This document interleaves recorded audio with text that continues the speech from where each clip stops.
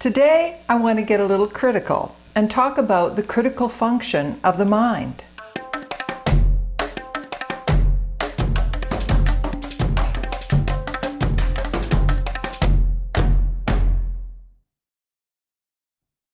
Now, the critical function's been described as a sort of a semi-permeable membrane that lies between the conscious mind and the subconscious mind. So if you picture an orange, are you hungry yet? Imagine that this was a mind. It's kind of a mind model for you. If this was the mind, then the outer skin would be the conscious mind, and all those juicy sections inside would be the subconscious mind. But if I were to peel this, you would find that there's a kind of a pulp, a white pulp, that lies between the skin and the fruit of the orange, and that would be the critical function. Now, hypnosis has been described as the process of setting aside or bypassing that, whatever that is. And that's what gives us access to all the juicy bits inside so that we can create change. But what if all we're changing is the critical function? You know, I think of the critical function not as a barrier, but rather as a lens. It's more like a cluster of lenses or a multifaceted prism. So if you think of a prism, the critical function actually serves more like a focal point through which we see the world of outer things, you know, people and events and the stuff that's happening in our daily lives. And that lens that we see things through is made up of all the parts of us.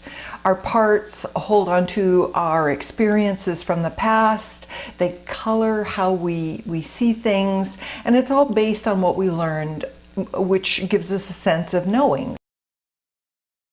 So that lens takes whatever it is that we learned from our past, our thoughts, our feelings, our beliefs, and that becomes a filter.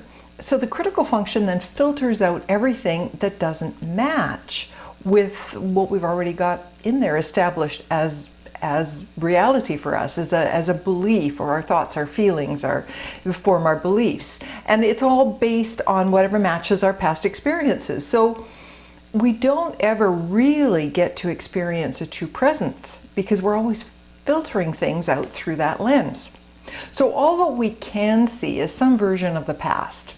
And that, you know, that's helpful because it gives us a sense of security because, you know, what's out there is now familiar in some way and we know how to deal with that. So it gives us a feeling or a sense of control in daily life.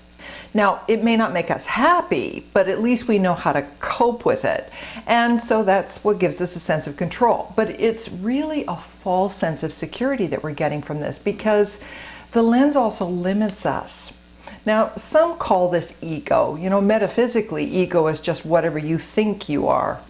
It's your body-centered identity. It's the image you hold of yourself that anchors you to the body. So the critical function or the ego is just your way of being in the world as a body. But it's not all of you. It's just who you think you are most of the time, and it's really based on your past experiences. It's the story you tell yourself in the privacy of your own mind, and that's what we help people to heal, their pain stories.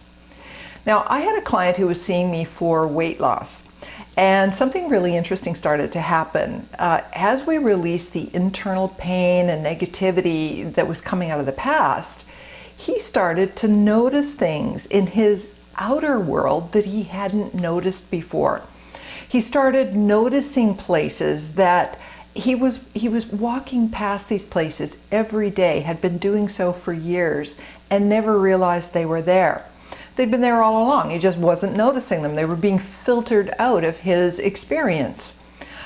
It was in the fall and all the leaves were changing color and they were golds and reds and all these beautiful russet hues. And the colors were, he was driving along the parkway and noticed the color of the trees had changed. He noticed how vibrant the colors were. And he was amazed. It was a moment of awe for him, like, have they always been that beautiful? So he mentioned this to his psychiatrist, and the psychiatrist asked him, so what are you doing differently? And he said, well, I've been going to hypnotherapy for, to lose some weight. And the psychiatrist said, keep going, it's working. Well, what was working was his depression was lifting. Those things had been there all along, those places that he was walking past every day as he was going to lunch or making his way to work. They'd been there all along. The leaves were changing every season of the year. That had been happening all along. It's just that he didn't see it. Life was happening all around him and he couldn't see it because his lens wouldn't allow it. Life was literally dark and gloomy for him because his world was dark, and that was his worldview. It was dark and gloomy. That's what depression is. It's a worldview that's pretty dark. And as he changed his story, his lens on life changed. And it started to allow more beauty and more pleasure into his life. And, that's important because food is also pleasure. And so he started to enjoy other things in his life besides food. Food had been filling that void for him. Now, science tells us that we are surrounded by an ocean of molecules and energy, and there's really a whole lot more going on than we think. In fact, there's so much going on in any given moment that we simply cannot process all of it consciously. There's billions and billions of bits of information that are literally being downloaded into our brains without any conscious awareness. And then our dreams will show us some of the stuff that we missed during our waking experience of life. Now, years ago, I was experiencing, I attended a 10-day mindfulness meditation retreat. Now, this was a silent retreat, so this is like no talking. And it was 10 days of absolute silence. And the idea of the not talking is basically that talking takes a lot of energy and it kind of keeps you focused outwardly. And so the idea was to conserve energy and to go inside. Well, you know what? Being silent that long can drive a person crazy. What we did was, the retreat was basically, it was 45 minutes of sitting meditation, and then it was 45 minutes of walking meditation. If you're not familiar with walking meditation, it looks like a crazy house. There's like 60 people out in a ball field, and they're all walking in slow motion. It's really crazy. So let me tell you a little bit about what happened in that retreat, because in hindsight, I find this quite fascinating. So day one basically was chaos. The mind is just yammer, yammer, yammer, and it was like a bullet ricocheting around inside of a tin can, just wouldn't settle down. Day two, after 45 minutes of sitting meditation, 45 minutes of walking meditation. Oh, did I mention that we started at 4 in the morning and we stopped at 10 o'clock at night? So it's a long day too. So day two, more chaos, more of the bullet ricocheting around in the tin can. Plus my knees were killing me because this was the first time I'd actually ever really meditated, and I didn't have a proper sitting bench. So my body was starting to go into revolt. By day three, I was focused on a single thought. Will this ever end? Day 4 and 5, whoa. Very interesting. There were people in the retreat that were starting to have emotional meltdowns. They were losing it. There was a big lineup for counseling so that they could go and see the teachers and kind of process some of this stuff that was coming up. And there were some people that were just packing their bags and leaving. They were saying, "That's it, I'm out of this, out of here," because the sitting in silence day after day after day was bringing up unresolved trauma. So it kind of gives you an idea of, how much of our conscious mental activity is really distracting. Now, it was really tempting for me to just join the exodus and head out, because seriously, my knees are killing me, my mind won't stop yammering. This is not fun at all. But I think it was probably around day 5. I was walking down a trail after lunch. This retreat was on a lake, and there were all these trails that went through the woods here on the west coast of British Columbia. And so I was walking down a trail, and I think it was probably in May, I think the retreat was. So it was pretty nice weather too. And this squirrel went bouncing across the trail in front of me, and I was stopped dead in my tracks. It was like I had never in my entire life ever seen a squirrel before. It was amazing. And I stopped and I looked at the bark on a Douglas fir tree, and it's like I had never seen bark before. The detail of it, the texture of the bark, the color. There were so many hues and so many dimensions to it.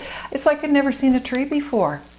Everything around me was so vibrantly alive. The birds, the salal, the undergrowth in the woods, the water on the lake, the little diamonds of light sparkling off it. Everything was vibrantly alive, and I realized just how much I wasn't seeing with my waking consciousness.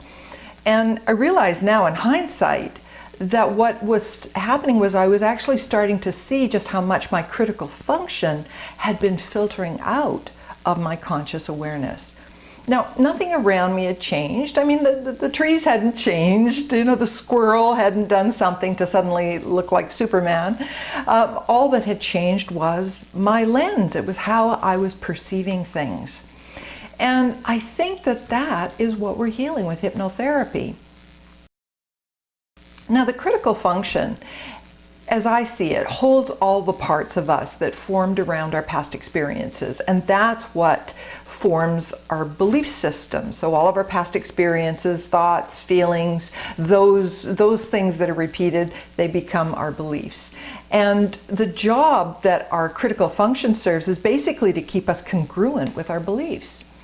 So I believe that healing hypnosis is kind of like cleaning the lens. It's like, you know, polishing it up and getting more clarity through the lens. And this is what allows a person to see themselves and their relationships and life and the universe and their relationship to the cosmos much more clearly. Okay, so that's my crazy rant for the day. I hope you found something in this of interest. Please share your comments. I know this is kind of a different way of thinking about things, and I want to hear what you think about it. So be sure to share your comments and your questions on the forum. And until next time, this is Wendie signing off, and I'll see you real soon.